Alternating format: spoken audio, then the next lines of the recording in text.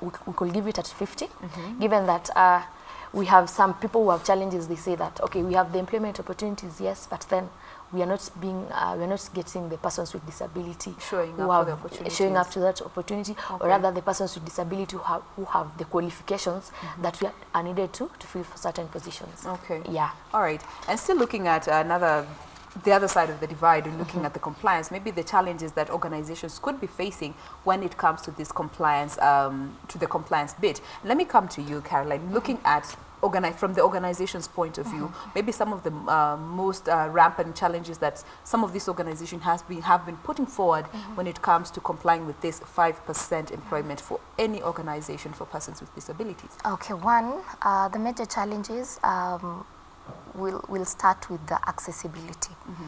Most institutions are facing a huge challenge when it comes to the structural aspect of accessing buildings. The infrastructure itself? The infrastructure itself. The lifts, the ramps, the signages and all that. You may find some organizations are renting buildings, and hence it becomes hard for them to adjust to the required aspects when it comes to matters to do with accessibility. Also getting the appropriate data and information of qualified persons with disabilities that can be able to be included in the employment sector. It's also a huge challenge. The other challenge that is there when it comes to employment, it's the issue of, let's take a look at access to government opportunities, the AGPO. You may find that some able-bodied people are using persons with disabilities. They're taking advantage of them. So for them to be able to cater for their day-to-day needs becomes an issue. So majority of them, those are some of the challenges that they usually face. And you know, for persons with disabilities, looking at such challenges, what do you think can be done, at least legally speaking, to ensure that they are documented, they are known, and they actually have access to this, and able-bodied persons are not taking advantage of this opportunity that have been set aside for persons with disability? Okay. First, I would say legally we have the policies, we have the laws that have been put in place here. However, then people are just crafty as usual. Maybe what we could do is, or rather we could have sanctions. That, okay, when we get that you're not a person with disability, but you've perceived or passed it off as a person with disability, then maybe we can prosecute you or hold you accountable to such matters of the sort. Yeah. So maybe that way we will be able to bridge the gap. Okay. Yeah. All right. And now looking at awareness levels also among persons with disabilities, do you think that is a challenge, or we are doing good so far? Let me start with you. Okay. Personally, I would say a great challenge to persons with disability is that they lack awareness. You'll get that most of them are not actually well informed of their rights. They're not well informed of the opportunities that are available for them. So, and lack of knowledge is the beginning of all the downfall. So if you don't know this is my right, then there is no way you will be able to champion it for yourself. There is no way you will know these are opportunities that are meant for me, so I need to fight for them. So I also think as a country, as a society, we need to improve on our awareness. We need to educate and inform persons with disabilities, because actually right to information is one of their key rights and of all citizens.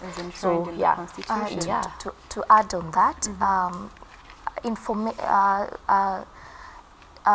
delivering information to the right audience, let's say persons with disabilities, is also another challenge for them.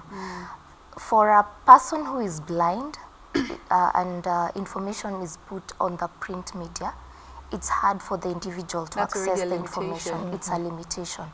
Also, when it comes to employment opportunities or any other advertisement or any given information, let's say a company is trying to advertise its services in order to include persons with disabilities in their activities. You see the website itself, they are not compliant. they're not user-friendly they are not for all user-friendly persons. for Yeah. persons with disabilities. So it's also another challenge for them to access information. Right. Yeah. Now, looking at the Gender and Disability Development Center, GEDC, maybe for a person who is with disability who is watching us this morning and they're wondering, okay, I haven't heard of you guys before, and what does it take for me to become part of this organization, get to understand what I am entitled to as a rightful citizen of this nation? Maybe you could tell us a bit about, how any person who lives with disability can become a member of the center. Okay, for membership, an individual can join us through through the individual membership. What categories are there to start with? We have the individual membership. We have the corporate membership. All right. So it's up to anyone to feel where they're much comfortable to fit in. One of the main benefits of being a member of Gender and Disability Mainstreaming is you'll be able to join our forums. You'll be able to meet up with the relevant speakers, the ones that can be able to guide on both gender and disability issues. We also have sensitization programs. Individuals can come out, give out their views and challenges in regards to gender and disability mainstreaming issues. And also the Gender and Disability Development Center can help in spearheading and giving information to persons with disabilities, whereby they can be able to be assisted through the National Council for Persons with Disabilities for registration purposes. Okay, so it's a link to NCPWD It's a link as well. Yeah. And just to add on that, it necessarily doesn't mean that you have to have a disability for you to be part of the center. Yes. Basically, disability is a club that anyone can join at any point of life. You even don't call it. So basically, so long as you have disability and you have disability issues at heart, you can be an agent of change. You are passionate about. Contribute to the cause. Yes, you can contribute to the cause. You are passionate about everything. Then you also invited to be part of us, because generally it takes all of us as a society to work together, to be able to achieve the inclusivity part of it. And everybody's rights and freedoms are well protected. Yes. As part of the mandate of this center. True that. Now, looking at another mission or good cause that the center has been doing over the years is the Gender and Disability Mainstreaming Awards. Yes. Tell us a bit about that. 8 years down the line, let's go back to when it all started. What was the idea behind having this awards gala ceremony in the first place? Okay, we came up with the idea for awarding best performers in gender and disability mainstreaming. We saw that in order for people to be motivated in driving their agenda, it's good to recognize them and what they're doing. doing. So we came up with the awards idea in 2012. And normally the awards are held annually, and like for this year we'll be having it in May at May or March? It's May. Oh, May. Yeah, I said March. 8th May at Hotel Intercontinental here in Nairobi. So we tried to identify some of the best performers, the policies that are in place in institutions, their programs, and all the activities, and also the leadership, the management support. So what you need to know is that we are the first ones in Africa to have such. Yeah. And countries like South Africa, Malawi, Uganda, Rwanda, they've tried to benchmark with us, and now they're coming up with their own versions of their own versions of the award. So we usually have an awards survey committee team that identifies the policies in place, the programs like I've mentioned, and also the institutional mandate that is in line with the gender and disability mainstreaming, Okay. and the consistency of how an institution keeps on is on course. progressing Yeah. on gender and disability issues. Okay. So through that, they are able to identify, in line with the performance contract, the targets that are in place. So that is how we came up with The idea for the this. idea for Alright. these awards. Now, looking at some of the activities that you guys look out, is it limited to, you know, a specific area, or you go out and look at the different ways that people and organizations are contributing towards inclusion, equality, and non-discrimination for persons with disability? Let me hear from you. Okay, we do not. It's wide. Yeah, it's a wide range. We look at the various implementation of the policies that are in place, how you've tried to make your area accessible. Yeah. So it's about how the organization is in line. Yes, about how the organization okay. is in line, because generally what we are working at is improving inclusivity and accessibility. Yeah. So we look at it. Okay, how about your employment? Do you have persons with disability on board? How it is your gender ratio according to employment? Is your office, are your offices accessible? Yeah, and such kind of things. Yes. And looking at Kenya, you know, given that, you know, it has been happening over the last 8 years, what are some of the areas that, you know, have really proven to be consistent, and activities rather that have proven to be more accommodating for persons with disability, that other organizations that, you know, are finding it hard to comply might want to go towards or redirect towards? You can take a look at accessibility. For example, Kenyatta International Convention Center, it's an old building, but they've really tried when it comes to matters to do with accessibility. From the security section to whichever area that an individual with the disability wants to maneuver around, the person can be able to move with ease. And also, let's take a look at the CSR projects. Take a look at Kenya Insurance Corporation, the Nikofiti initiative. They are trying to come up with motivational ideas, providing wheelchairs for persons with disabilities so that they can live at least a comfortable life in conducting their day-to-day activities. Take a look at KBC itself. We have we have your channel, Abled Differently. Yeah. It's part of sensitizing the country at large on what persons with disabilities can be able to do in their day-to-day life. They are not limited to a specific angle. They have different talents. Yeah. So to me, I feel there's great improvement in all sectors, and guys are through that, guys are trying to benchmark and see the gaps that are in their institutions, and they're trying to come up with solutions to fill in the gap. Yeah.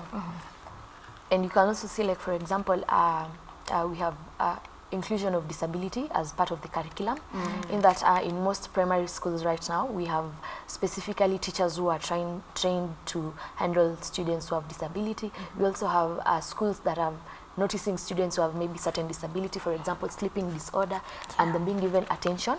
Yeah. So that is also a plus and a way of enlightening the society and basically persons with disability. All right. Yeah. And over the years, how have these awards proven to be an important part of, you know, just keeping the conversation alive and reminding people that, you know what, persons with disability are just like you and I.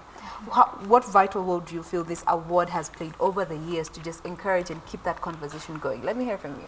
Okay, I'd say the awards have tried to put organizations or rather people on toes, in that you look up to, okay, KU is doing this, Kenyatta University is doing this. What can I do? What are we doing? Yeah, what are we doing? Yeah, it is also a wake-up call to the others. Let's also try so that next time we'll be awarded, we'll be recognized. Yeah, and the ones who are existing also try to improve so that, okay, I have to maintain my standards. Did this. Yeah, We have to do better this year. we have to do better this time. Yeah, so that is one key thing that I think the awards are doing. Okay. It's also providing a network and for linkages. When institutions come at the gathering, they get to exchange on ideas of what they've done, their challenges. So through that, they try to benchmark with each other, and hence it promotes a better understanding on gender and disability mainstreaming. All right. Now, for maybe our viewer who's watching and is wondering, okay, fine, so maybe an organization may be doing this and they're awarded every year. How do you ensure transparency when you're going about awarding all these different organizations that are doing different things, all contributing towards equality, inclusion, and non-discrimination for persons with disability? Transparency.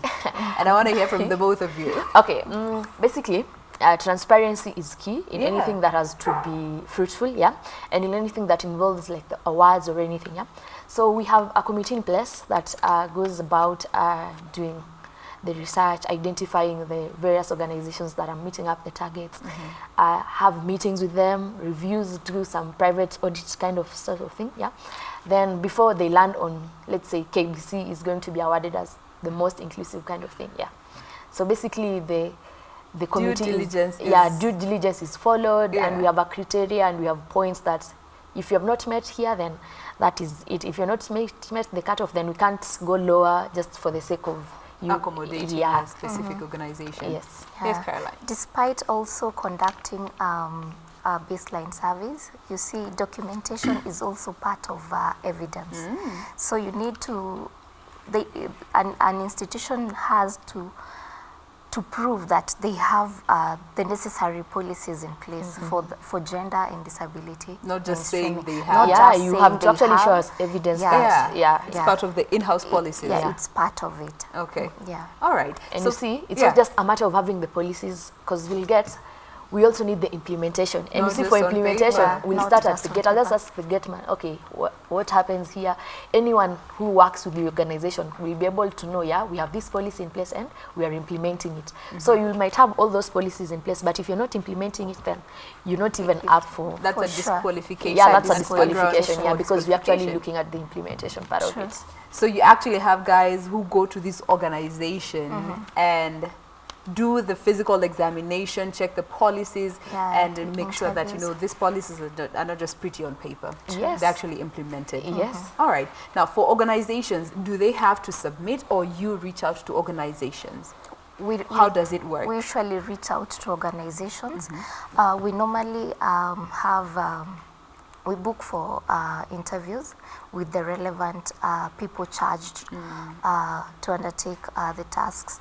So once we meet with them, it's up to them to give us the proper information and also the evidence to back it up. in order to back it up. Okay. Sure. All right. So if you're an organization out there and you have been doing good work, trust and believe they have or will be coming your way. I believe you do this over the year, so by the time the award date is set, you already have all the different organizations, whatever they have been doing in line with this. Yes. All right. Now, as we bring the conversation to a close, maybe in regards to taking up as an individual, just being more aware of the next person to you, whether they are living with a disability or not, and just making sure that your ignorance isn't bearing down on another person, especially for persons with disabilities. Yes. What would you like to say about that?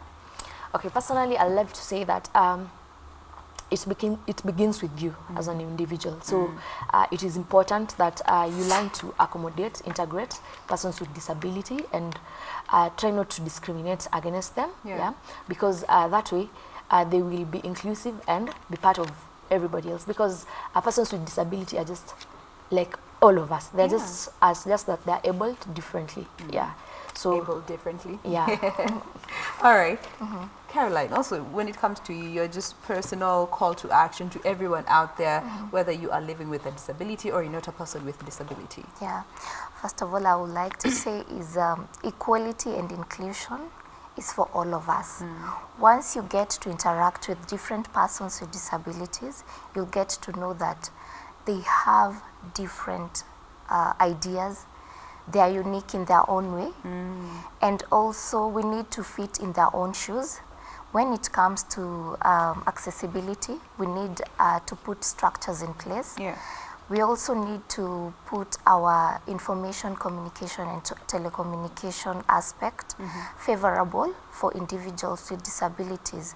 That's the only way we'll have to say that we are inclusive. We are being inclusive in the society. All right. Yeah. And for those who are watching us and they're wondering, okay, I am an individual, but I want to contribute to the cause and, you know, be part of this gala and encourage, you know, just other organizations that are doing fantastic works to include persons with disabilities. How can they be part of this gala in itself in terms of partnerships, contributions, and things like those?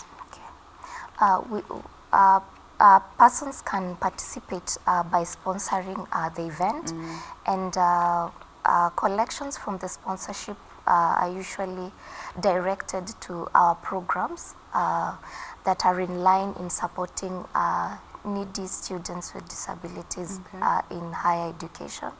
So we have categories of sponsorship. We have the platinum sponsorship. What does that entail? It's an allocation for an institution. They are allocated a table, and also they are given a 3-minute talk. They give us what they've achieved on matters to do with gender and disability mainstreaming.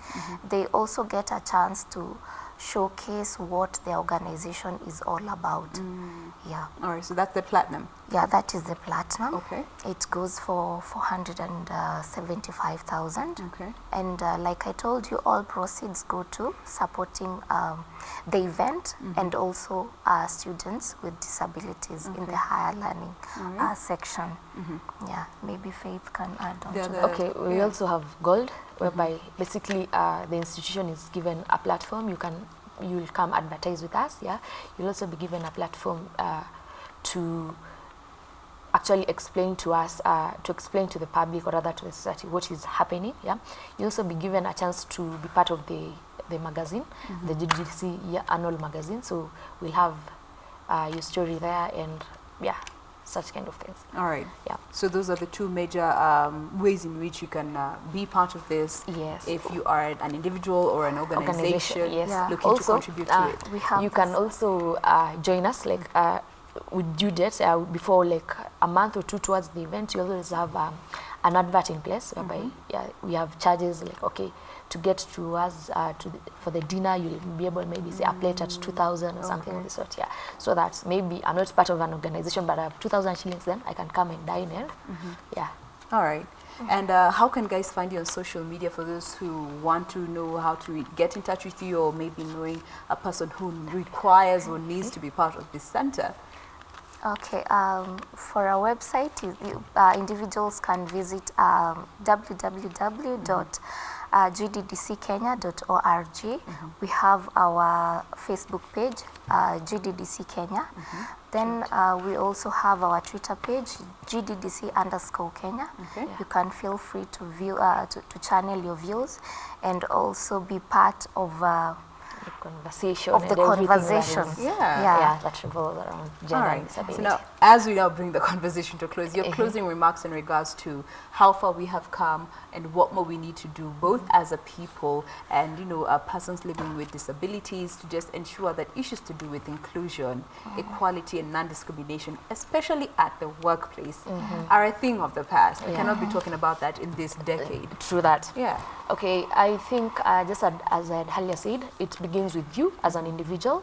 So if you purpose to be an agent of change, and if you purpose to include, like in my personal space, I'll be aware of persons with disability. I will work to integrate with persons with disability. Then we will be able to merge and work together to achieve inclusivity. And when it comes to matters of inclusion, then just to create awareness to the persons with disability, they should be aware that they have a lot of rights. They should be aware that their rights are quite active, and they should not allow anyone to infringe on their space or on their rights. Yes. All right. Caroline? Mine is in line with the organizations. First of all is to encourage the management to support programs It starts with the management of starts the with them. organization. Yeah. Once they support the programs, it becomes easier for individuals in the organization to be able to adopt and also to break the barriers, the attitudinal barriers, the structural barriers. Yeah. those are some of the challenges that need to be addressed. We also need to get proper sensitization on issues to do with etiquette, especially for persons with disabilities. How you're supposed to conduct yourself once you interact with persons with disabilities. How you're supposed to respect persons with disabilities spaces and more. And also to encourage parents to bring their children with disabilities in the limelight so that they can get proper education. Once they've been educated, it becomes easier for them to get opportunities and be able to cater for themselves in the nearby future. Okay, so it boils down to awareness among cutting across everyone in the population. True that. All right. So just one quick SMS here. They didn't leave a name, but they're asking, where are you guys located? And do I need to come to you physically in order to be part of the organization, or I can do that via your website? Okay. Our offices are on Eastern Bypass. We are at Grey Park Heights on the 3rd floor. Grey Park Heights. Yes. Okay. And also you can give us an email. Our email is info@gddckenya.org. Okay. Yes. All right. So just remind us your social media handles once more, so that in case they forget the email or the location, they can be able to find you on social media and get further assistance. Okay. For our Twitter handle is GDDC underscore Kenya. All right. For Facebook, it's GDDC Kenya. And for our website, it's www.gddckenya.org. All right. So if you want to become part of this organization, or you just want to contribute to the cause, go ahead and check them out on social media. Check out their website and get to know how you can be part of it. Yes. Yes. Finally, I would like to thank our sponsors. We have CASNEB, we have KenGen, we have Kenya Power, we have Kenya National Highways Authority, we have the Local Authority Provident Fund, we also have KICD, Jomo Kenyatta Foundation, Kenya Literature Bureau, among others. Would like to thank you so much, and let's continue to drive the agenda of equality and inclusion. All right, let's keep this conversation alive. It needs to be part of us. Part of us. It shouldn't be a special conversation. It shouldn't to be a mainstream conversation. Remember, this all is going to be culminating to a gala ceremony that's going to be happening on the 8th. Yes. 8th of May, not 12th of March, as I had earlier said. 8th of May 2020. It's going to be the 8th edition of this gala ceremonies, just to celebrate all the organizations and to encourage them to keep doing what they're doing when it comes to matters to do with inclusion and equality for persons with a disability. Well, I have been speaking with Caroline Afandi. To my immediate left, she is the Senior Program Officer and also a PR expert working with the Gender and Disability Development Center. Thank you so much for making time. Thank you. Appreciate your time. I appreciate it. To my furthest left, we have Faith Nanyama, who is a legal officer also working with the Gender and Disability Development Center. Thank you so much. Thank you so much for Much having us. appreciated, ladies. So go ahead and check them out on social media. If you forget their social handles, just type GDDC Kenya on any internet search engine that you may choose to use, and you'll be able to get them and get all the information that you need when it comes to their organization and what they are doing. And remember, they are also a link to the National Council for Persons with Disabilities. So check them out and get to understand what they do in line with this conversation of inclusion and equality. And that brings us to a close of this first segment of today's discussion on our lifestyle segment. We have another interview coming up in a bit, but in the meantime, keep talking to us using the hashtag Good Morning Kenya on Twitter. At KBC Television ever remains our official station handle. My handle is June Wambui, and of course our SMS number is 20154. Do stay with us. We'll be right back after this break.